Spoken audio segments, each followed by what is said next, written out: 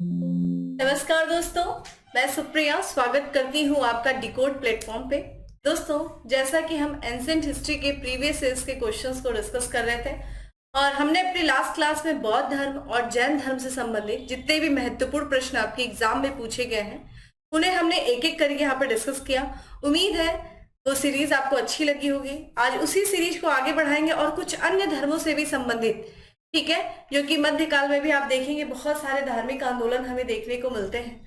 तो उस दौरान भी कुछ अन्य धर्म थे जिससे संबंधित प्रश्न आपके एग्जाम में पूछे गए हैं, तो आज उन्हें भी हम एक साथ यहाँ पर डिस्कस कर लेंगे। तो इससे आपसे धार्मिक आंदोलन से संबंधित जितने भी प्रश्न पूछे जाएंगे, किसी भी धर्म से पूछे जाएंगे, आप अगर इन वीडियो को देख लेंगे तो मैं इस बात की श्योरिटी देती हूँ कि आप बाकी के सारे प्रश्न लगा लेंगे। तो आज की क्लास में दोस्तों हम किसके बारे में बात करेंगे? शैव धर्म और भागवत धर्म को, ठीक है। शैव धर्म यानी कि जो शिव की पूजा करने वाले लोग थे, ठीक है, जो एक तरीके से जो शिव की भक्ति करते थे वो शैव धर्म कहलाए, शैव धर्म के उपासक कहलाए। और जो भगवान विष्णु की, भगवान कृष्ण के जो उपासक थे, ठीक है, जो उनकी पूजा करते थे, ठीक है, वो वैष्णव भागवत धर्म से संबंधित कहलाए। तो यहाँ पे हम बात करेंगे दोस्तों शैव धर्म और भागवत धर्म से संबंधित महत्वपूर्ण तथ्यों को। तो चलिए स्टार्ट करते हैं अपनी क्लास स्टार्ट करूं उसके पहले कहना चाहूंगी कि जल्दी से चैनल को भी सब्सक्राइब कर लीजिए और बेल आइकन को प्रेस कर लीजिए। इससे आपको चैनल से रिलेटेड हर क्लास की वीडियो का प्रॉपर नोटिफिकेशन मिलेगा और आपकी कोई भी क्लास मिस नहीं होगी। और सबसे इंपॉर्टेंट चीज, वीडियो को जल्दी से शेयर कर दीजिए। तो यहाँ पे हमारा आज का सबसे पहला प्रश्न है कि प्राचीन भारत के विश्वोत्पत्ति, ठीक है, विश्वोत्पत्ति विषयक धारणाओं के अनुसार 4 युगों के चक्र का क्रम क्या है? तो जैसा कि आपको पता है, जो प्राचीन भारत में एक जो है विश्व की उत्पत्ति को लेकर के कुछ धारणाएं जो है वो प्रचलित है, जिसमें ये बताया गया है कि इस पृथ्वी का जो है 4 युगों का चक्र रहा है। तो वो क्रम पूछा जा रहा है, जैसा कि आप लोगों ने भी सुना होगा कि ये कलयुग चल रहा है, ये कलयुग है। तो चूंकि आपको इससे तो पता चल गया होगा कि अंतिम जो चक्र है दोस्तों वो कली है, ठीक है, जिसे हम कलयुग के नाम से जानते हैं। कली का युग है ये, ठीक है।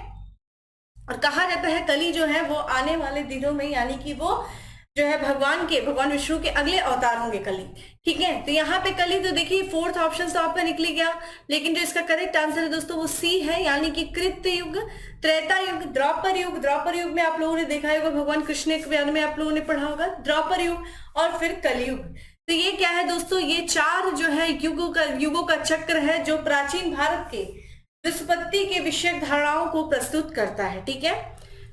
अगले प्रश्न की तरफ बढ़ते हैं कि निम्न में से कौन सा प्राचीन भारत में शैव संप्रदाय था, ठीक है।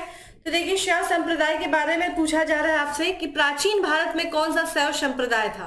शैव संप्रदाय के बारे में आइए थोड़ा सा बात कर लेते हैं यहाँ पे दोस्तों। शैव संप्रदाय हम किसे कहेंगे दोस्तों? जो भगवान शिव की पूजा करते थे, यानी कि एक तरीके से शैव संप्रदाय किससे समर्पित है? जो भगवान शिव पर समर्पित जो धर्म है, ठीक है, शिव द्वारा जो संपादित धर्म है, ठीक है, वो क्या है दोस्तों? शैव धर्म है। और शैव धर्म के उपासकों को क्या कहा जाता था दोस्तों? ये जो शैव धर्म को मानते थे, ठीक है, वही शैव संप्रदाय कहलाते थे। और यहाँ पे हमें कौन से देखने को मिलते हैं? तो ये मत मयूर, ठीक है, ध्यान रखिएगा, इसका करेक्ट आंसर क्या हो जाएगा?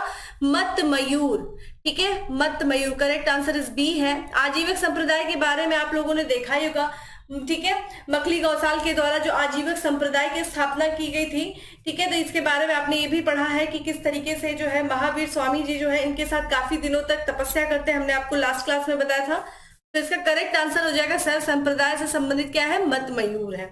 आगे मैं आपको बताऊंगी शैव धर्म की उत्पत्ति के बारे में। यहाँ पे बात करते हैं दोस्तों, अर्धनारीश्वर मूर्ति में आधा शिव तथा आधा पार्वती प्रतीक है। देखिए अब हम लोग यहाँ पे थोड़ा सा चर्चा कर लेते हैं। सबसे पहले इंपॉर्टेंट चीज दोस्तों, बात कर रहे थे हम शैव धर्म की और वैष्णव धर्म की। तो आइए थोड़ा सा शैव धर्म के बारे में बात कर लेते हैं, क्योंकि लगातार शैव धर्म से संबंधित प्रश्न हमें यहाँ पे देखने को मिल रहा है। तो ध्यान रखिएगा, जो भगवान शिव है, ठीक है, तो भगवान शिव के द्वारा जो संपादित धर्म है दोस्तों वही क्या है? शैव धर्म है। और अगर हम बात करें शैव धर्म की उत्पत्ति का दोस्तों, तो आप ये चीज तो पढ़े ही होंगे हमारे जो है पिछले प्राचीन क्लास की जो सभ्यता आपने किया होगा। तो आपने ये देखा होगा कि हमें शिव जी की उपासना का जो प्राचीन साक्ष्य हमें देखने को मिलता है दोस्तों, वो हमारी ज्ञात सभ्यता, जो प्राचीन ज्ञात सभ्यता है, कौन सी दोस्तों? हड़प्पा सभ्यता, हड़प्पा सभ्यता वहां से हमें देखने को मिलता है। क्योंकि अगर आपने देखा होगा कि हड़प्पा सभ्यता का एक स्थल है जिसे हम मोहनजोदड़ो कहते हैं, ठीक है, मोहनजोदड़ो जिसे हम मृतकों का टीला कहते हैं, यहाँ से एक मूर्ति मिली है जो कि पशुपति शिव की मूर्ति है। और पशुपति शिव के आधार इसकी पूजा की जाती थी, तो इस आधार पे कह सकते हैं कि शिव जी का हमें प्राचीन उल्लेख देखने को मिलता है, ठीक है, हड़प्पा सभ्यता से। उसके बाद अगर हम बात करते हैं दोस्तों यहाँ पे शिव जी के बारे में, आगे चल करके देखिए वैदिक संस्कृति आती है और वैदिक युग में भी हमें शिव जी के बारे में बात किया जाता है, क्योंकि वैदिक संस्कृति में शिव जी बहुत महत्वपूर्ण देवता नहीं रहते हैं, ठीक है, क्योंकि हमने बात किया था इंद्र रहते हैं, अग्नि रहती है, वरुण रहते हैं। शिव को देखिए किस नाम से जाना गया है वैदिक संस्कृति में। देखिए हम यहाँ तक क्रम लेके आएंगे, जो है अर्धनारीश्वर तक लेकर के आएंगे, क्योंकि वैदिक युग की बात कर रहे हैं। तो वैदिक युग में दोस्तों इनको जो है रुद्र कहा जाता था, यानी कि विनाश का देवता कहा जाता था इन्हें, ठीक है। भगवान शिव के देखा जाए आपको आगे चल करके कई सारे रूपों के कई कालों में उल्लेख देखने को मिलता है, यानी कि अगर देखा जाए भगवान शिव जो है वो कई रूपों में पूजे जाते थे, हर युग में अलग अलग रूपों में। उसी तरीके से हम बात करते हैं ऋग्वेद में इनको रुद्र कहा गया है, ये लिख लीजिए ऋग्वेद में, ठीक है, ऋग्वेद में इनको रुद्र कहा गया है। और अगर आपसे पूछा जाए भाई इनको जो है शिव शंकर कहा गया है, किसमें कहा गया है शिव शंकर, इनको कहा गया है यजुर्वेद में कहा गया है शिव शंकर। और फिर आगे चल करके दोस्तों जैसा कि अगला वेद है अथर्ववेद, ठीक है, अथर्ववेद में दोस्तों क्या कहा गया है, इनको महादेव कहा गया है, महादेव कहा गया है। और मैंने आपसे ये भी बताया था कि वेदों की जो भाषा थी वो क्या थी, संस्कृत थी। तो वेदों को सरल भाषा में समझने के लिए ब्राह्मण ग्रंथों का जो है रचना की गई। तो ब्राह्मण ग्रंथों में इनको क्या कहा गया है, ठीक है, इनको कहा गया है, ब्राह्मण ग्रंथों में कहा गया है इनको, ठीक है, सहस्त्राचार, ठीक है, कहा गया है। आगे चल करके दोस्तों आप बात करेंगे, जब हम मौर्य काल में भी बात करते हैं इनके बारे में उल्लेख देखने को मिलता है। मौर्य काल में देखिए जो चाणक्य थे, ठीक है, विष्णुगुप्त जिनके जो है सहायता से चंद्रगुप्त मौर्य ने मौर्य वंश की स्थापना किया, और चंद्रगुप्त मौर्य के वो प्रधानमंत्री भी थे चाणक्य। तो चाणक्य की पुस्तक है दोस्तों अर्थशास्त्र, ठीक है, चाणक्य की पुस्तक है अर्थशास्त्र। तो अर्थशास्त्र में देखिए क्या बातें की गई है, अर्थशास्त्र में भी बात किया गया है, इनके उल्लेख किया गया है अर्थशास्त्र में, ठीक है। अर्थशास्त्र में भी हमें, चूंकि अर्थशास्त्र में तो ध्यान रखिएगा दोस्तों यहाँ पे जो है विष्णु जी का बात किया गया है। लेकिन अगर हम बात करते दोस्तों मौर्य काल में ही एक यूनानी राजदूत था दोस्तों मेगास्थनीज, ठीक है, मेगास्थनीज। और मेगास्थनीज की एक बुक है दोस्तों इंडिका। और जब वो भारत पे आता है तो वो भारत में जो कि एक क्षेत्र रहता है जिसका नाम है सूरसेन, ये मथुरा का प्राचीन नाम है सूरसेन। और जब वो यहाँ जाता है मथुरा में तो कहता है कि भाई यहाँ के लोग जो है वो दो देवताओं की पूजा करते हैं। वो दो देवता कौन है दोस्तों, एक देवता का उसने नाम क्या बताया दोस्तों, एक का नाम बताया, ध्यान रखिएगा, डायनोसियस, ठीक है, डायनोसियस नाम बताता है, डायनोसियस जो कि शिव थे, ठीक है, जो कि शिव का अवतार माना जाता था। और एक का अगर हम बात करें दोस्तों डायनोसियस के अलावा क्या हो गया, हेराक्लीज, ठीक है, हेराक्लीज की उपासना करते थे। हेराक्लीज कौन थे, भगवान विष्णु थे, ठीक है। तो यहाँ पे भी हमें मेगास्थनीज की पुस्तक इंडिका में भी क्या मिलता है, शिव के बारे में जानने को मिलता है। लेकिन आगे चल करके जब आप गुप्त काल में देखेंगे तो गुप्त काल में भगवान शिव के कई सारे अवतारों का उल्लेख देखने को मिलता है, जिसमें से हम बात करते हैं दोस्तों जो कि आप देखेंगे कहाँ पे, गुप्त काल में देखिए जो ब्रह्मा शिव, ठीक है, ब्रह्मा विष्णु महेश जिसे हम कहते हैं शिव, ठीक है, इनकी त्रिमूर्ति की पूजा की जाती है, त्रिमूर्ति की, ठीक है, त्रिमूर्ति की। साथ ही साथ दोस्तों शिव जी को जो है गुप्त काल में ही, ठीक है, अर्धनारीश्वर मूर्ति के रूप में पूजा जाता है गुप्त काल में ही दोस्तों, जो कि किसके प्रतीक है, देव और उसकी शक्ति का योग है। यानी कि एक तरीके से ध्यान रखिएगा शिव और पार्वती, पार्वती जी जो उनकी पत्नी थी, ठीक है, शिव व पार्वती, ठीक है, शिव और पार्वती की संयुक्त प्रतिमा, संयुक्त मूर्ति, ध्यान रखिएगा कई सारे देवताओं को मिलाकर के गुप्त काल में मूर्तियों का क्या किया गया, निर्माण किया गया। इसके पहले देखिए आप कुषाण काल में चित्रों के द्वारा पूजा की जाती थी, जो है चित्र बनाए जाते थे, लेकिन गुप्त काल में मूर्तियों का निर्माण किया जाने लगा, जिसमें से त्रिमूर्ति की संकल्पना हमें देखने को मिलती है। कौन कौन से, ब्रह्मा विष्णु महेश, ठीक है, हरिहर की मूर्ति, हरिहर की संकल्पना जो है संकल्पना देखने को मिलती है। हरिहर में कौन थे दोस्तों, विष्णु और शिव जी की प्रतिमा संयुक्त रूप से बनाई गई। शिव और पार्वती जी की जो है प्रतिमा संयुक्त रूप से बनाई गई, जिसे हमने क्या संज्ञा दिया, अर्धनारीश्वर की संज्ञा दी गई। चलिए अब आप मुझे कमेंट बॉक्स में आंसर करिए कि जो शिव एक तरफ जो है पुरुष है, एक तरफ यानी कि देव है, एक तरफ शक्ति है, तो किस भाग में, दाएं या बाएं में प्रश्न पूछा गया है कि जो है जो भगवान शिव जो देव है वो किस भाग में, दाएं में या बाएं में है, और शक्ति जो है वो किस भाग में है। कमेंट बॉक्स में आप मुझे आंसर करिए। ये प्रश्न आपसे पूछा गया है एग्जाम में भी, ठीक है, आईएएस के एग्जाम में पूछा गया, ठीक है। मैं उम्मीद कर रही हूँ इतनी चीजें आप समझ में आ गया होगा। काफी चीजें मैंने यहाँ पे तथ्य बताने की कोशिश की है, क्योंकि कई रूपों में इनकी जो है इनके बारे में बात किया जाता है, कई रूप इनके प्रचलित थे, ठीक है। अगले प्रश्न की तरफ बढ़ते हैं। नैनार कौन थे? नैनार कौन थे दोस्तों? देखिए अगर बात किया जाए मध्यकाल की, हम देख रहे हैं कि भक्ति आंदोलन हो रहा है। उत्तर भारत में भगवान शिव को कई सारे जो है रूपों में पूजा की जा रही है। उसी तरीके से इसी दक्षिण भारत में दोस्तों, ठीक है, दक्षिण भारत में जो तमिल क्षेत्र था, दक्षिण भारत में जो तमिल क्षेत्र था वहां पे भी भक्ति आंदोलन का प्रसार हुआ। और तमिल क्षेत्र में जो भक्ति आंदोलन की जो दो, ठीक है, ध्यान रखिएगा, जो भक्ति भावना थी, उन भक्ति भावनाओं को लोकप्रिय बनाने के लिए, ठीक है, दो संप्रदायों ने महत्वपूर्ण भूमिका निभाई। दो संप्रदायों ने देखा जाए तमिल क्षेत्र में भक्ति को, ठीक है, लोकप्रिय बनाने के लिए अपनी महत्वपूर्ण भूमिका निभाई, जिसमें से जो शिव के उपासक थे, जो शिव की पूजा करने वाले थे, वो क्या कहलाए दोस्तों, नयनार कहलाए। और वहीं भगवान विष्णु के जो उपासक थे, ठीक है, जो दूसरा संप्रदाय था दोस्तों, वो था, ठीक है, अलवर, ठीक है, ध्यान रखिएगा कौन सा संप्रदाय था वो, एक तरीके से जिसे भागवत संप्रदाय के भी नाम से जानते हैं, ठीक है। तो यहाँ पे अलवार थे, वो कौन थे दोस्तों, अलवार थे, ठीक है, नैनार अलवार। तो ध्यान रखिएगा इसका क्या करेक्ट आंसर हो जाएगा, शैव संप्रदाय थे।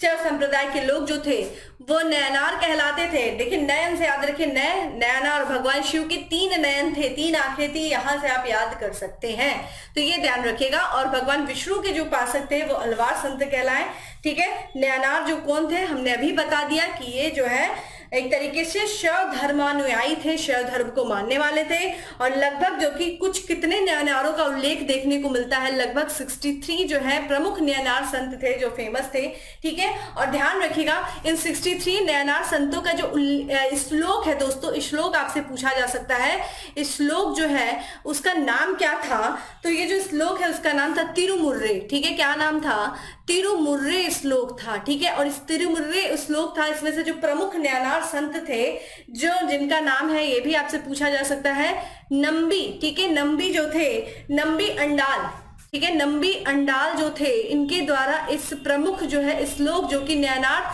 संप्रदायों के द्वारा रचना की गई थी, तिरुमुर्रे के में विशेष जो है संकलन करता है, ठीक है।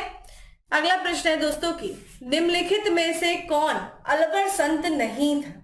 तो देखिए यहाँ पे अलवर संतों के बारे में पूछा गया, और ध्यान रखिएगा अलवर कौन थे दोस्तों, जो भगवान विष्णु के जो उपासक थे, ठीक है, भगवान विष्णु को जो भागवत धर्म को मानने वाले थे, ठीक है, वो क्या कहलाए दोस्तों, अलवार संत कहलाए हैं। और देखा जाए दोस्तों तो प्रमुख जो है अलवार संतों की संख्या क्या है दोस्तों, 12 है। और इसमें से पूछा जा रहा है वो कौन से नहीं है, तो ध्यान रखिएगा दोस्तों इसमें से कौन से नहीं है वो, तो यहाँ पे जो है तिरुज्ञान जो है वो नहीं है। करेक्ट आंसर क्या हो जाएगा, बी हो जाएगा। तो भाई तिरुज्ञान किसके संत है दोस्तों, तो ये ध्यान रखिएगा ये नयनार संत हैं, ठीक है। कौन है दोस्तों, तिरुज्ञान की बात करें तो ये नयनार संत हैं। बाकी की बात किया जाए तो यहाँ पे पोगई हो गए, पुड्डम हो गए, तिरुमंगई हो गए, ये लोग क्या हो गए, ये अलवर संत हो गया। प्रमुख अलवर संतों की संख्या दोस्तों क्या है, 12 है। इसमें से देखिए ध्यान रखिएगा, ठीक है, ये नाम ध्यान रखिएगा।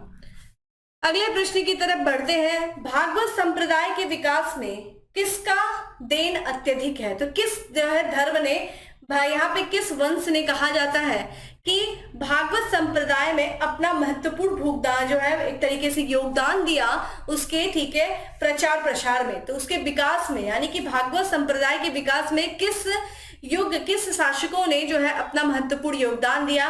क्या वो पार्थियन थे, क्या वो हिंद यूनानी लोग थे, क्या वो कुषाण थे, क्या वो गुप्त थे? तो ध्यान रखिएगा, आपको इतना तो पता हो, देखिए कुषाणों के समय में बहुत ज्यादा बौद्ध जो है, बौद्ध धर्म का उत्थान देखने को मिलता है। और कुषाण शासक ही है दोस्तों कनिष्क, जिसके समय में, ठीक है, चौथी बौद्ध संगीति का भी आयोजन किया गया था। तो ये तो नहीं होगा, ठीक है। और हमने अभी आपको बताया दोस्तों कि गुप्त काल में जो है भगवान विष्णु के कई सारे अवतारों की जो है पूजा की जाती है। ठीक है, तो एक तरीके से गुप्त काल में ही बहुत सारे जो है अवतारों को देखने को मिलता है। और अगर हम गुप्त काल की दोस्तों बात करें, जिसकी स्थापना श्री गुप्त के द्वारा किया गया था, और ये धर्म लगभग देखा जाए 310 से लेकर के 520 तक जो है लगभग चलता है। ठीक है, ये धर्म कह रहे कि जो साम्राज्य है, ठीक है, ये जो वंश है, और इनका चूंकि ध्यान रखिएगा ये वैष्णव धर्म के मतानुयायी थे, और चूंकि इनके द्वारा जो इनका जो है राज्य चिन्ह भी था, क्या वो था गरुड़। लेकिन ये भी ध्यान रखिएगा दोस्तों, चूंकि ये वैष्णव धर्म के मतानुयायी थे गुप्त वंश के शासक, लेकिन इन्होंने अन्य धर्मों को भी प्रशय दिया। इनके समय में अन्य धर्म भी फले फूले। इन्होंने, ठीक है, बहुत सारे दान दक्षिणा दिए, बौद्धों को भी दिया, इन्होंने जैनों को भी दिया। तो ये कहीं से भी कहना गलत होगा कि भाई ये क्या थे, असहिष्णु थे, कि अन्य धर्मों के भी प्रति क्या थे, सहिष्णु थे। और हमने आपको ये भी बताया कि यहाँ के जो राज्य चिन्ह थी दोस्तों वो गरुड़ थे, और यहाँ के जो शासक थे वो परम भागवत, ठीक है, परम भागवत जो है उपाधि धारण करते थे। जिस कारण से ये पता चलता है कि इस धर्म के, माफ करिए, इस राज्य के जो लोग हैं, ठीक है, जो शासक हैं वो वैष्णव धर्म के संरक्षक थे। ठीक है, अगले प्रश्न की तरफ बढ़ते हैं दोस्तों, और अगला प्रश्न है कि भागवत धर्म के प्रवर्तक थे। भागवत धर्म के प्रवर्तक दोस्तों कौन थे, आइए थोड़ा सा इनके बारे में बात कर लेते हैं। भागवत धर्म, तो ध्यान रखिएगा, अगर हम बात करते हैं दोस्तों भागवत धर्म की, अभी हमने बात किया कि भगवान विष्णु की जो पूजा करने वाले, जो उनको मानने वाले लोग थे, वो भागवत संप्रदाय के लोग कहलाए। और अगर हम परंपरा अनुसार देखें, जो एक तरीके से प्राचीन बातें जो फेमस है, तो परंपरा अनुसार देखा जाए तो जो है इस धर्म के जो प्रवर्तक है दोस्तों वो है वृषणीवंशी। ठीक है, कौन है दोस्तों, वृषणीवंशी। वृषणीवंशी जिसे हम कह सकते हैं दोस्तों शाश्वत, ठीक है, शाश्वत। वृषणीवंशी कौन है दोस्तों, कृष्ण। तो वृषणीवंशी कृष्ण जो है इस धर्म के प्रवर्तक माने जाते हैं। तो करेक्ट आंसर क्या हो जाएगा दोस्तों, कृष्ण हो जाएगा। कृष्ण के बारे में हम बात कर लेते हैं, इनका कहाँ कहाँ उल्लेख देखने को मिलता है दोस्तों। कृष्ण का उल्लेख हमें कई सारी जगहों पे देखने को मिलता है। अभी हमने ये भी बताया कि मेगास्थनीज की इंडिका में भी हमें कृष्ण का है जो है हेराक्लिस जो देवता है उनके बारे में उल्लेख देखने को मिलता है। सबसे प्रारंभिक उल्लेख बात करें दोस्तों छांदोग्य उपनिषद में। ठीक है, क्या कहा गया है छांदोग्य उपनिषद में, ठीक है, छांदोग्य उपनिषद में इन्हें कहा गया है देवकी पुत्र। ठीक है, देवकी पुत्र कहा गया है, और घोर अंगिरस का शिष्य कहा गया है। ठीक है, घोर अंगिरस का शिष्य कहा गया है। ठीक है, शिष्य कहा गया है। ठीक है, और वहीं पे देखिए एक और भी अरण्यक है जिसे हम तैत्रीय अरण्यक के नाम से जानते हैं। तैत्रीय, ठीक है, तैत्रीय अरण्यक के नाम से भी जानते हैं। उसमें भी इन्हें देवकी का पुत्र कहा गया है। ठीक है, अगर हम बात करते हैं जो भगवान कृष्ण के जो अनुयायी थे, जो उनके उपासक थे, ठीक है, उन्हें जो है एक तरीके से भगवान कृष्ण को क्या कहते थे दोस्तों, तो वो कहते थे भगवत पूज्य। ठीक है, भगवत पूज्य कहते थे। ठीक है, कौन किसको कहता था, तो जो अनुयायी थे, जो भगवान कृष्ण को मानने वाले थे, वो भगवान कृष्ण को कृष्ण पूज्य कहते थे। इसीलिए इस धर्म का नाम भागवत धर्म पड़ा। ठीक है, भागवत धर्म पड़ता है। ठीक है, और यहाँ पे जो है एक तरीके से इनके भी कई सारे अवतारों का हमें उल्लेख देखने को मिलता है। जैसे कि अगर हम बात करें जो है, चूंकि ये विष्णु ही कौन थे दोस्तों, वो कौन थे, कृष्ण थे, और विष्णु का उल्लेख भी हमें देखने को मिलता है। ठीक है, ऋग्वेद की बात करें, वैदिक काल में भी जो है विष्णु का उल्लेख हमें देखने को मिलता है। ठीक है, वैदिक काल में कहाँ पे दोस्तों मिलता है, तो माफ करिएगा ऋग्वेद में, और ऋग्वेद में इनको क्या कहा गया है दोस्तों, तो आकाश का देवता कहा गया है। ठीक है, क्या कहा गया है, आकाश का देवता इनको कहा गया है। ठीक है, आकाश देवता कहा गया है। और अभी हमने बताया कि जो है वासुदेव कृष्ण का उल्लेख हमें कहाँ मिलता है, तो मेगास्थनीज की जो पुस्तक है दोस्तों, मेगास्थनीज ने इंडिका में क्या बोला, हेराक्लिस। ठीक है, हेराक्लिस बोला, किसको बोला, विष्णु को बोला, कृष्ण को बोला। ठीक है, चलिए अगले प्रश्न की तरफ बढ़ते हैं। निम्न में से किस ग्रंथ ने सर्वप्रथम देवकी के पुत्र कृष्ण का वर्णन किया है। देखिए वही प्रश्न आ गया, देवकी पुत्र कृष्ण का, ठीक है, वर्णन जो किया गया है वो छांदोग्य उपनिषद में किया गया है। ठीक है, सबसे प्राचीन उपनिषद छांदोग्य उपनिषद, इसमें जो है देवकी पुत्र कृष्ण का उल्लेख किया गया है। यहाँ पे देखिए हमें अष्टाध्यायी देखने को मिलता है। अष्टाध्यायी दोस्तों क्या है, ये पाणिनि का ग्रंथ है। ठीक है, पाणिनि दोस्तों ये एक व्याकरण ग्रंथ है। ध्यान रखिएगा ये एक व्याकरण ग्रंथ है, ठीक है। और व्याकरण ग्रंथ की बात करें दोस्तों तो इनको जो है यहाँ पे जो है क्या कहा गया है, वासुदेव के उपासकों को, ठीक है। जो वासुदेव के यहाँ पे वासुदेवक का उल्लेख देखने को मिलता है, ठीक है। तो यहाँ पे देवकी पुत्र कृष्ण का उल्लेख मिलता है और यहाँ पे जो है ध्यान रखिएगा वासुदेवक का उल्लेख हमें देखने को मिलता है जो है यहाँ पे पाणिनि के अष्टाध्यायी में, ठीक है। पाणिनि दोस्तों महापद्मनंद के समय में थे, ठीक है। ये प्रथम व्याकरण ग्रंथ है, ठीक है, अष्टाध्यायी, और 400 सेंचुरी बीसी के समय का इनका समय काल है। ये जो है नंद वंश के संस्थापक महापद्मनंद के दरबार में रहते थे और कहा जाता था ये उनके मित्र थे। और इन्होंने अपने जो है व्याकरण में ये बात उल्लेख किया है कि जो वासुदेव दोस्तों कौन है, कृष्ण है। देखिए वसुदेव है और वासुदेव है, ये ध्यान रखिएगा, हम आपको आगे इसके बारे में फर्क बताएंगे। तो वासुदेव के जो उपासक हैं उनको वासुदेवक कहा गया है, ये पाणिनि के अष्टाध्यायी में लिखा गया है, ठीक है, ये ध्यान रखिएगा। अगला है वासुदेव कृष्ण की पूजा सर्वप्रथम किसने प्रारंभ किया है? भागवतों ने किया है, वैदिक ने किया है, तमिलों ने किया, आभारियों ने किया है। तो देखिए ये भागवतों ने किया है, जो भागवत धर्म के मानने वाले अनुयायी थे उन्होंने वासुदेव कृष्ण के, ठीक है, वासुदेव कृष्ण की पूजा का आरंभ किया है, ठीक है।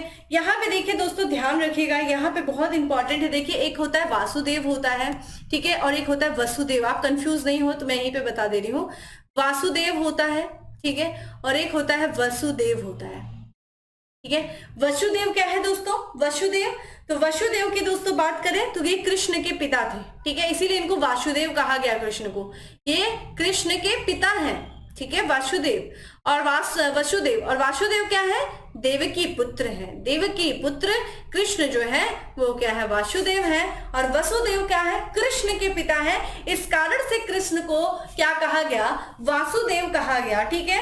और हमें ये बात पता है कि इनके बारे में हमें उल्लेख देखिए किसके मिलता है, तो यहाँ पे इंडिका में, यानी कि मेगास्थनीज की जो इंडिका है, ठीक है, यहाँ पे जो इंडिका है, इंडिका मेगास्थनीज की जो इंडिका है उसमें इनको हेराक्लीस कहा गया है। हेराक्लीस कौन थे दोस्तों?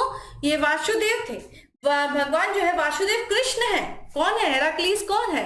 वासुदेव कृष्ण है। ये बात की गई है यहाँ पे हेराक्लीस में, ठीक है, इंडिका में किया गया है, तो ये ध्यान रखिएगा। और हमने ये भी बात कर लिया कि पाणिनि का जो अष्टाध्यायी था उसमें भी क्या बात कहा गया है कि वासुदेव के जो उपासक थे उनको वासुदेवक कहा गया है, ठीक है। चलिए भाई अगले प्रश्न की तरफ बढ़ते हैं। निम्नलिखित में से किस देवता को कला में हल के लिए, ठीक है, प्रदर्शित किया गया है? तो यहाँ पे किसे किया गया है दोस्तों? ये बलराम को किया गया है, ठीक है, बलराम को। करेक्ट आंसर क्या हो जाएगा दोस्तों? बलराम। देखिए बलराम जो थे दोस्तों वो भगवान कृष्ण के बड़े भाई थे और इनको अन्य नाम से भी जाना जाता था। इनको संकर्षण कहा जाता था, ठीक है, क्या कहा जाता था?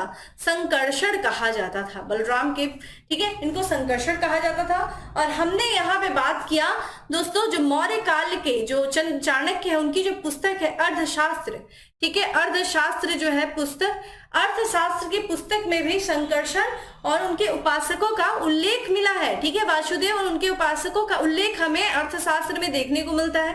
और क्या कहीं हमें उल्लेख देखने को मिलता है इनके बारे में? हाँ भाई मिलता है। देखिए एक मौर्योत्तर काल में जब आपको पता है विदेशी शासकों का भारत की भूमि पर आगमन होता है मौर्योत्तर काल में, तो एक वंश रहता है कुषाण वंश रहता है। और कुषाण वंश का जो शासक रहता है दोस्तों कनिष्क रहता है, जिसके समय में चौथी बौद्ध संगीति का आयोजन हुआ था। दोस्तों ध्यान रखिएगा ये भले ही बौद्ध धर्म को मानने वाला था, ठीक है, बौद्ध धर्म को संरक्षण देता था, लेकिन ध्यान रखिएगा इसने अन्य धर्मों के भी प्रति क्या किया? सहिष्णुता की नीति अपनाई, क्योंकि दूसरे भूमि पे थे, इनको अपने साम्राज्य का विस्तार करना था, तो किसी भी तरह से ऐसा नहीं कार्य कर सकते थे कि इनका विरोध किया जाए। तो यहाँ पे इन्होंने कश्मीर में, ठीक है, कश्मीर में ही जो चौथी बौद्ध संगीति का इन्होंने आयोजन करवाया, तो उसी समय इन्होंने एक शिलास का निर्माण करवाया। शिलास क्या है भाई? शिलास क्या है? शिलास मंदिर है दोस्तों। क्या है? मंदिर है। कहाँ पे? कश्मीर में, ठीक है, कश्मीर में। और इस मंदिर की बात करें दोस्तों तो ये मंदिर जो है दो लोगों को, ठीक है, समर्पित है। एक तो बलराम को, ठीक है, एक बलराम को और एक कृष्ण को, ये ध्यान रखिएगा, ठीक है, बलराम और कृष्ण को समर्पित मंदिर, ठीक है, शिलास कश्मीर में, किसके द्वारा? कनिष्क के द्वारा, ठीक है। अगले प्रश्न की तरफ बढ़ते हैं। अगले प्रश्न है दोस्तों, भागवत संप्रदाय में भक्ति के रूपों की संख्या कितनी है? तो भक्ति के रूपों की संख्या दोस्तों कितनी है, उसी पे चलते हैं। यहाँ पे करेक्ट आंसर क्या हो जाएगा? 9 है। ठीक है, भक्ति के रूपों की संख्या कितनी है? 9 है। अगला है हेलियोडोरस का बेस नगर अभिलेख। ठीक है, बेस नगर अभिलेख संदर्भित करता है। सबसे पहली बात तो हमें ये जानना चाहिए हेलियोडोरस कौन है और ये बेस नगर का अभिलेख कहाँ है। देखिए, बेस नगर का जो अभिलेख है ये मध्य प्रदेश में, जो विदिशा में, कहाँ पे? मध्य प्रदेश की विदिशा में। ठीक है, विदिशा में बेस नगर का अभिलेख है। और ये हेलियोडोरस कौन था दोस्तों? तो हेलियोडोरस एक यूनानी राजा था। ठीक है, ध्यान रखिएगा, अभी पूरी बात सुन लीजिएगा, ये मत सोचिएगा कि ये यूनानी राजा था। एक यूनानी राजा था, ठीक है, जिसका नाम था एंटियालकिटस। ठीक है, क्या नाम था दोस्तों? क्या नाम था? ठीक है, एंटियालकिटस। एंटियालकिटस उसी का ये राजदूत था। क्या था भैया? राजदूत था। तो राजदूत था तो इसको भेजा गया, कहाँ भेजा गया? मध्य प्रदेश की विदिशा में भेजा गया। और जब ये मध्य प्रदेश की विदिशा में आता है तो ये क्या कर लेता है? वैष्णव धर्म को अपना लेता है। वैष्णव धर्म को अपना लेता है। ठीक है, और यहाँ पे जो है ये किसके काल में आता है विदिशा दोस्तों? तो ये यहाँ पे जब ये आता है, ठीक है, हेलियोडोरस, तो इस समय जो है ध्यान रखिएगा विदिशा के बेस नगर में, ठीक है, 9वें, ठीक है, शुंग शासक, 9वें शुंग शासक, ठीक है, जिसका नाम है भागभद्र। भागभद्र के काल में ये आता है। ठीक है, और इसने क्या किया? विश्व जो है विदिशा में भगवान विष्णु के सम्मान में, ठीक है, भगवान विष्णु के सम्मान में, ठीक है, क्या किया? एक गरुड़ स्तंभ की, ठीक है, गरुड़ ध्वज की स्थापना किया। एक गरुड़ ध्वज की, ठीक है, यहाँ पे ध्यान रखिएगा, गरुड़ ध्वज की स्थापना किया। और क्या किया? ठीक है, स्थापना किया और साथ ही साथ एक अभिलेख खुदवाया। ठीक है, क्या किया इसने? एक अभिलेख खुदवाया। और यहां से एक प्रश्न आपको बन गया दोस्तों कि ध्यान रखिएगा, भागवत धर्म से संबंधित प्रथम अभिलेखीय साक्ष्य क्या है?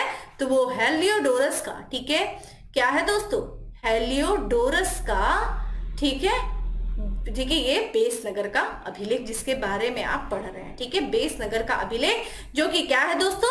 ठीक है, ध्यान रखिएगा, भागवत धर्म का प्रथम अभिलेखीय साक्ष्य। बहुत इंपॉर्टेंट ये लाइन है। और यहाँ पे क्या संदर्भित करता है? यहाँ पे क्या है?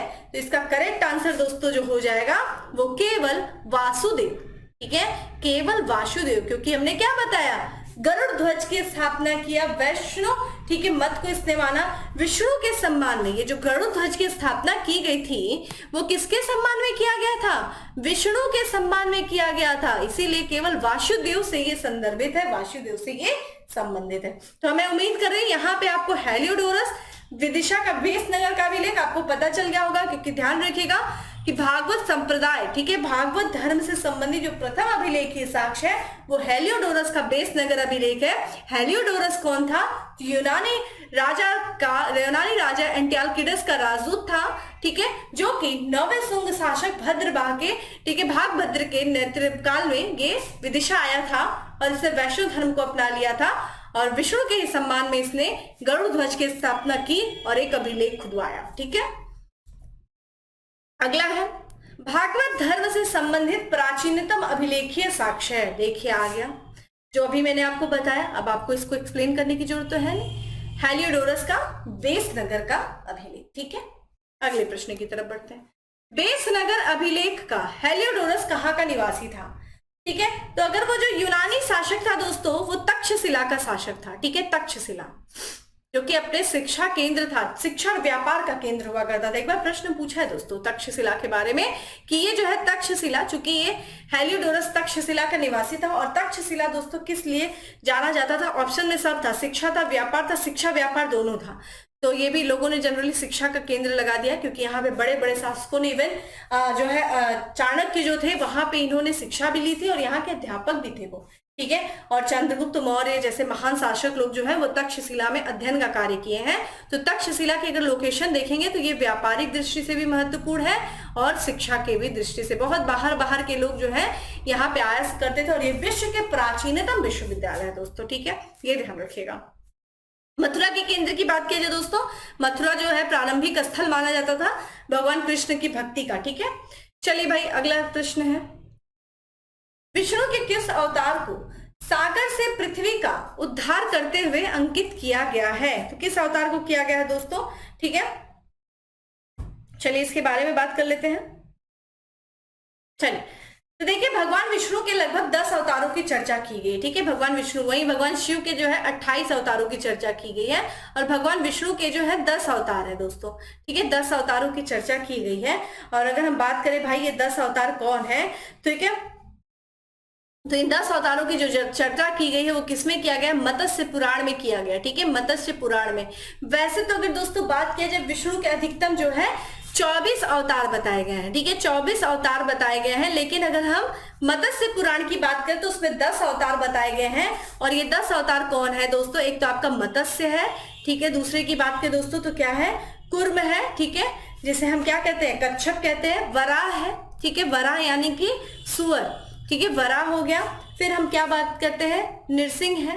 ठीक है, अगली बात करें दोस्तों तो वामन है। देखिए ये अवतार पता होने चाहिए आपको। वामन है, अगर थोड़ा सा पढ़ भी लेंगे, अगर ऑप्शन आएगा तो कर भी लेंगे। वामन है, ठीक है। परशुराम है, परशुराम है।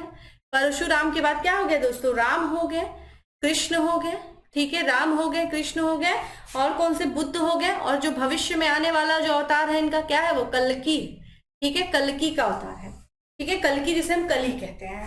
तो ये पूछ रहा है कि भाई सागर से पृथ्वी का उद्धार करते हुए अंकित किया गया किस अवतार में? तो ये जो तीसरा अवतार है जो कि सुअर का अवतार है, वही क्या है दोस्तों? यहाँ पे अंकित किया गया है। तो अगर हम देखें विष्णु के अवतारों में सबसे जो है महत्वपूर्ण और सर्वाधिक जो लोकप्रिय अवतार है वो है वराह अवतार है। ठीक है, वराह अवतार है। और इसमें ये बताया जाता है कि ठीक है, जो वराह का प्रथम उल्लेख हमें देखने को मिलता है, अगर आपसे पूछा जाए कि वराह का प्रथम उल्लेख कहाँ देखने को मिलता है, तो ये ऋग्वेद में मिलता है। ठीक है, किसमें मिलता है? ऋग्वेद में देखने को मिलता है। और ठीक है, यहाँ पे अगला, यहाँ पे देखिए मैंने आपसे ये भी बात की नरसिंह। ठीक है, नरसिंह का अवतार किसमें देखने को मिलता है? किस वेद में देखने को मिलता है? तो ये तैत्तिरीय अरण्यक में, तैत्तिरीय अरण्यक में, ठीक है, तैत्तिरीय अरण्यक में देखने को मिलता है। ठीक है, ये जो आप देख रहे हैं नरसिंह। चलिए अगले प्रश्न की तरफ बढ़ते हैं कि भारत में आस्तिक और नास्तिक संप्रदायों में कौन सा विभेदक लक्षण? देखिए आस्तिक और नास्तिक संप्रदाय जो भारत में प्रचलित है वो बेसिकली वेदों को मानने और न मानने पे। ठीक है, जिसने वेदों की प्रामाणिकता में अपनी आस्था को प्रकट किया वो आस्तिक है। जो वेदों की प्रामाणिकता को नहीं मानते हैं वही नास्तिक है। तो यहाँ पे वेदों की प्रामाणिकता में आस्था जो है वही विभेदक लक्षण है आस्तिक और नास्तिक संप्रदाय में। ठीक है, अगला है निम्नलिखित में से कौन मोक्ष के साधन के रूप में ज्ञान, कर्म और भक्ति को समान महत्व देता है? कौन देता है दोस्तों? ऑप्शंस आपके सामने हैं। ठीक है, तो ये देता है दोस्तों भगवत गीता। ठीक है, तो मोक्ष के लिए आपको ज्ञान, कर्म और भक्ति को समान महत्व देना चाहिए। ठीक है, ना ही सिर्फ आप ज्ञान ही ज्ञान अर्जित करें बल्कि कर्म भी करिए, भक्ति भी करिए, और इन सब से जो है आप मोक्ष की प्राप्ति कर सकते हैं। ठीक है, तो मोक्ष के साधन के रूप में ज्ञान, कर्म और भक्ति का, ठीक है, समान महत्व देने वाला कौन है दोस्तों? भगवत गीता है। ठीक है, महाभारत से संबंधित है भगवत गीता, संस्कृत में लिखी गई है, ये भी ध्यान रखिएगा। अधोलिखित में से कौन एक गीता की मुख्य शिक्षा है? भाई गीता की मुख्य शिक्षा क्या है? निष्काम कर्म योग। ठीक है, कर्म करते चलो बिना फल की इच्छा। हमारा काम क्या है? कर्म को करना, फल की इच्छा हमें नहीं करनी चाहिए। तो इसलिए निष्काम कर्म योग जो है वही गीता का मुख्य शिक्षा है। अगला है निम्नलिखित में से कौन प्रस्थान त्रयी में है, जो त्रयी में सम्मिलित नहीं है? देखिए प्रस्थान त्रयी में कौन सम्मिलित नहीं है दोस्तों? ध्यान रखिएगा। तो ये कौन सम्मिलित नहीं है? तो सबसे पहले प्रस्थान त्रयी की बात कर ले दोस्तों। तो यहाँ पे जो है, यहाँ पे जो उपनिषद है, ठीक है, ध्यान रखिएगा, क्या है? उपनिषद हो गया दोस्तों, और ठीक है ब्रह्मसूत्र हो गया, ब्रह्मसूत्र हो गया, और साथ ही साथ भगवत गीता। ठीक है, तो ये क्या है? प्रस्थान त्रयी। ठीक है, प्रस्थान त्रयी। ठीक है, तो यहाँ पे जो है इनको जो है वेदांत, वेदांत यानी कि जहाँ वेदों का अंत हो रहा है, यानी कि उपनिषद, ठीक है, में प्रस्थान त्रयी कहा गया। वेदांत में क्या कहा गया? इन तीनों को सम्मिलित रूप से, ठीक है, वेदांत में इन तीनों को सम्मिलित रूप से क्या कहा गया है? प्रस्थान त्रयी कहा गया। और इन तीनों में से सबसे प्रमुख कौन है दोस्तों? उपनिषद है।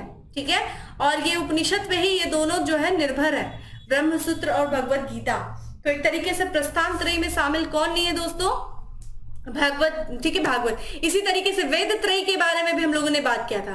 वेद त्रयी, ठीक है, वेद त्रयी, तो 4 वेदों में से कौन सा वेद जो वेद त्रयी में नहीं आता है, तो वो था अथर्ववेद। अथर्ववेद जो है वो वेद त्रयी में नहीं आता है, ये भी आपसे प्रश्न पूछा गया था। बाकी जो है ऋग्वेद, सामवेद, यजुर्वेद, ये वेद त्रयी में आते हैं क्योंकि इनके विषय जो है, विषय वस्तु वो समान है। और अथर्ववेद जो है वो वेद त्रयी से बाहर रखा गया क्योंकि इसकी विषय वस्तु अलग है। इसमें जादू टोना, ठीक है, वशीकरण, औषधि, इन सब बारे में उल्लेख किया गया। ठीक है, अगला है वह प्राचीन स्थल जहां 60,000 मुनियों की सभा में संपूर्ण महाभारत कथा का वाचन किया गया था। तो वो कौन सा स्थल है दोस्तों, तो ये ध्यान रखिएगा, नेमिसारण्य। ठीक है, करेक्ट आंसर क्या हो जाएगा, नेमिसारण्य, जो कि कहां पे दोस्तों, उत्तर प्रदेश के सीतापुर जिले में। ठीक है, उत्तर प्रदेश के सीतापुर जिले में ये नेमिसारण्य है। ठीक है, यहाँ पर जो है, जो एक तरीके से जो है 60,000 मुनियों की सभा ने जो संपूर्ण महाभारत कथा का वाचन किया गया था। ठीक है, वहां पे। अगला है, रामायण के किस कांड में राम और हनुमान की पहली भेंट का वर्णन किया गया है। तो यहाँ पे रामायण की बात आ गई दोस्तों। रामायण की रचना दोस्तों किसने किया था, ध्यान रखिएगा, वाल्मीकि जी ने किया था। ठीक है, वाल्मीकि जी ने। अब आप मुझे कमेंट बॉक्स में आंसर करिए कि रामचरितमानस की रचना किसने की थी। रामायण में देखिए टोटल कितने कांड है, कांड मतलब अध्याय, चैप्टर, ठीक है, 7 कांड है। ठीक है, 7 कांड है। तो भाई कौन कौन से 7 कांड है, ठीक है, ये हम ध्यान रख लेते हैं। तो एक बाल कांड है, ठीक है, एक अयोध्या कांड है। ठीक है, अयोध्या कांड है। अयोध्या के बाद क्या होता है दोस्तों, अरण्य कांड है। अरण्य यानी कि वो जंगल में चले जाते हैं, 14 वर्ष का वनवास मिल जाता है। उसके बाद क्या हो जाता है दोस्तों, सुंदर कांड होता है। ठीक है, सीता का हरण होता है। उसके बाद किष्किंधा कांड आता है। ठीक है, ध्यान रखिएगा, किष्किंधा कांड। किष्किंधा कांड में क्या होता है, भगवान राम जी सीता जी की खोज में निकलते हैं और इनकी मुलाकात किष्किंधा पर्वत में, दक्षिण में पर्वत है किष्किंधा पर्वत, जहां इनकी मुलाकात किससे होती है, हनुमान जी से होती है। और इसी कांड को क्या कहा गया दोस्तों, किष्किंधा कांड। और सारे कांड में ये सबसे छोटा है। ठीक है, सारे अध्याय में ये सबसे छोटा अध्याय है किष्किंधा कांड। इसके बाद जब ये हनुमान जी से मिलते हैं, कहाँ चले जाते हैं, लंका चले जाते हैं, लंका कांड आता है। फिर ये लंका में, ठीक है, लंका दहन हो जाती है। उसके बाद सब कुछ ठीक हो जाता है और फिर क्या होता है, ये वापस आते हैं। उसके बाद क्या होता है, उत्तर कांड शुरू होता है। ठीक है, लव कुश का कांड, ठीक है, उत्तर कांड शुरू होता है। तो इस तरीके से टोटल देखा जाए तो 7 कांड देखने को मिलते हैं, 7 अध्याय रामायण में देखने को मिलते हैं, जिसमें से सबसे छोटा जो कांड है अध्याय वो किष्किंधा कांड है। और इसी में राम और हनुमान की पहली भेंट होती है। अगर आपसे पूछ दिया जाए भाई कि सबसे बड़ा कांड कौन सा है, तो बाल कांड। ठीक है, बाल कांड जो है ये सबसे बड़ा कांड है, ये भी ध्यान रखिएगा। ठीक है, कांड भी है यहाँ पे, अध्याय के नाम ध्यान रखिएगा, ये सबसे बड़ा है। अगला है, कालिका पुराण किस धर्म से संबंधित है। तो कालिका पुराण दोस्तों किस धर्म से संबंधित है, ये शाक्त धर्म से संबंधित है। ठीक है, कालिका पुराण। अगला है, पुरी में रथ यात्रा किसके सम्मान में निकाली जाती है। तो पुरी दोस्तों उड़ीसा में है। ठीक है, उड़ीसा के पुरी में रथ यात्रा निकाली जाती है, बहुत ही भव्य यात्रा निकाली जाती है पुरी, ये जो पुरी की रथ यात्रा है। और ये ध्यान रखिएगा बहुत फेमस है। ये जो भगवान जगन्नाथ है दोस्तों, ठीक है, जो कि कृष्ण ही है। ठीक है, भगवान जगन्नाथ, ठीक है, और बलराम और उनकी बहन, ठीक है, ध्यान रखिएगा, उनकी बहन सुभद्रा। ठीक है, तो कृष्ण यानी कि जिन्हें हम जगन्नाथ कहते हैं, कृष्ण, और उनके बड़े भाई बलराम जिसे हम संकर्षण भी कहते हैं, और उनकी बहन दोस्तों सुभद्रा। ठीक है, यहाँ ध्यान रखिएगा, सुभद्रा। ठीक है, सुभद्रा जो है ये क्या है, इन्हीं के सम्मान में जो है हर साल पुरी में, ठीक है, रथ यात्रा निकाली जाती है। ठीक है, ध्यान रखिएगा। अगला है, नासिक में कुंभ मेला निम्न में से किस एक नदी के तट पे लगाया जाता है। देखिए हर 12 वर्षों के अंतराल पे जो है 4 कुंभ मेला का आयोजन किया जाता है, जिसमें से एक जो है महाराष्ट्र के नासिक में जो है भी लगाया जाता है कुंभ मेला। और देखिए ये जो मेले होते हैं कुंभ मेला, ये ध्यान रखिएगा, इसको जो है ये नदियों के किनारे इनका आयोजन किया जाता है। हर साल देखा जाए ये किस, नासिक में जो है इस कुंभ मेले का किस नदी तट पे आयोजन किया जाता है। तो नासिक देखिए गोदावरी है ना, महाराष्ट्र गोदावरी। करेक्ट आंसर क्या हो जाएगा, यहाँ पे डी हो जाएगा। तो अन्य कहाँ पे, यहाँ पे इसका आयोजन होता है। इसके अतिरिक्त देखा जाए दोस्तों हरिद्वार में, ठीक है, उत्तराखंड के हरिद्वार में आयोजन किया जाता है, हरिद्वार में। और हरिद्वार में कौन सी नदी दोस्तों, गंगा नदी है। ठीक है, इसके अलावा बात करें कहाँ पे आयोजन किया जाता है, उत्तर प्रदेश में प्रयागराज में किया जाता है। ठीक है, प्रयागराज में गंगा यमुना सरस्वती के संगम पर, ठीक है, प्रयागराज में किया जाता है। ठीक है, प्रयागराज में किया जाता है। कहाँ पे दोस्तों? संगम पे, गंगा यमुना संगम पे। इसके अलावा कहाँ किया जाता है? उज्जैन में, मध्य प्रदेश के उज्जैन में। उज्जैन किस नदी के किनारे है? क्षिप्रा नदी के किनारे है। ठीक है, कमेंट बॉक्स में आंसर करिए कि कुंभ मेले को किस वर्ष जो है, ठीक है, यूनेस्को के जो हेरिटेज साइट में शामिल किया गया था। ठीक है, आप मुझे कमेंट बॉक्स में आंसर करिए।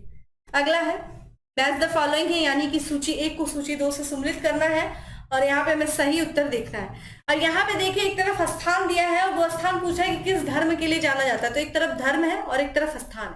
जैन धर्म को हमने आपसे बताया था लास्ट क्लास में ही कि जैन धर्म के जो महावीर स्वामी थे, 24वें तीर्थंकर, उनको जो है निर्माण की प्राप्ति हुई थी कुशीनगर के, ठीक है, कौशल की राजधानी, ठीक है, यहाँ पे माफ करिएगा, ठीक है, मल्लगढ़ की राजधानी थी पावापुरी, वहां पे जो है इनको पावापुरी में इनको क्या हुआ था? निर्माण की प्राप्ति हुई थी। तो जैन धर्म का स्थान हो जाएगा पावापुरी। हिंदू धर्म के लिए देखिए प्रचलित क्या है? काशी का विश्वनाथ मंदिर देखिए प्रचलित है। हिंदू धर्म के लिए वाराणसी है। इस्लाम धर्म के लिए मक्का मदीना आप जानते ही हैं, तो मक्का मदीना हो जाएगा। और ईसाई धर्म के लिए वेटिकन, देखिए वेटिकन जो है ना इटली में एक छोटा सा स्थल रुद्र देश है और ये दुनिया का सबसे छोटा जो है स्वतंत्र देश है। ठीक है, सबसे छोटा, एग्जाम में ये पूछा भी गया क्वेश्चन, ठीक है, कि विश्व का सबसे छोटा जो है, सबसे छोटा, विश्व का सबसे छोटा स्वतंत्र देश कौन सा? वेटिकन सिटी है, जो कि इस्लाम धर्म के, माफ करिएगा, ईसाई धर्म के लिए जाना जाता है। तो यहाँ पे अगर करेक्ट आंसर पे चले तो 3412 तो सी इसका हो जाएगा करेक्ट आंसर। ठीक है, तो दोस्तों इतना ही था प्रश्न अभी तक आपके एग्जाम में पूछा गया था। ठीक है, और उम्मीद करती हूँ चूंकि ये सब्जेक्ट थोड़ा सा, ये टॉपिक थोड़ा सा बोरिंग है, बहुत से लोगों को इसमें इंटरेस्ट नहीं आता, लेकिन क्या करेंगे, एग्जाम है और हमें पास भी करना है, तो इंटरेस्ट को थोड़ा सा साइड में रखना पड़ता है। बहुत सारी चीजों को हमें पढ़ना पड़ता है क्योंकि हमें एग्जाम क्रैक करना है। और आप देख रहे हैं कि इस समय देखा जाए तो बहुत ज्यादा कंपटीशन भी बढ़ गया है, तो आपको एक एक पॉइंट नंबर भी जो है वो आपके लिए मैटर करते हैं। तो हर तरह से कोशिश करिए, अच्छे से प्रिपरेशन करिए, कोई भी छूटना नहीं चाहिए, सिलेबस के अकॉर्डिंग कोई भी पार्ट नहीं छूटना चाहिए। हर चैप्टर को अच्छे से पढ़िए, क्वेश्चंस की प्रैक्टिस करिए। तो उम्मीद करती हूँ आपको सेशन अच्छा लगा होगा। सेशन को शेयर कर दिया करिए। फिर मिलेंगे दोस्तों अगले सेशन में, तब तक के लिए bye, have a good day, stay safe and stay happy.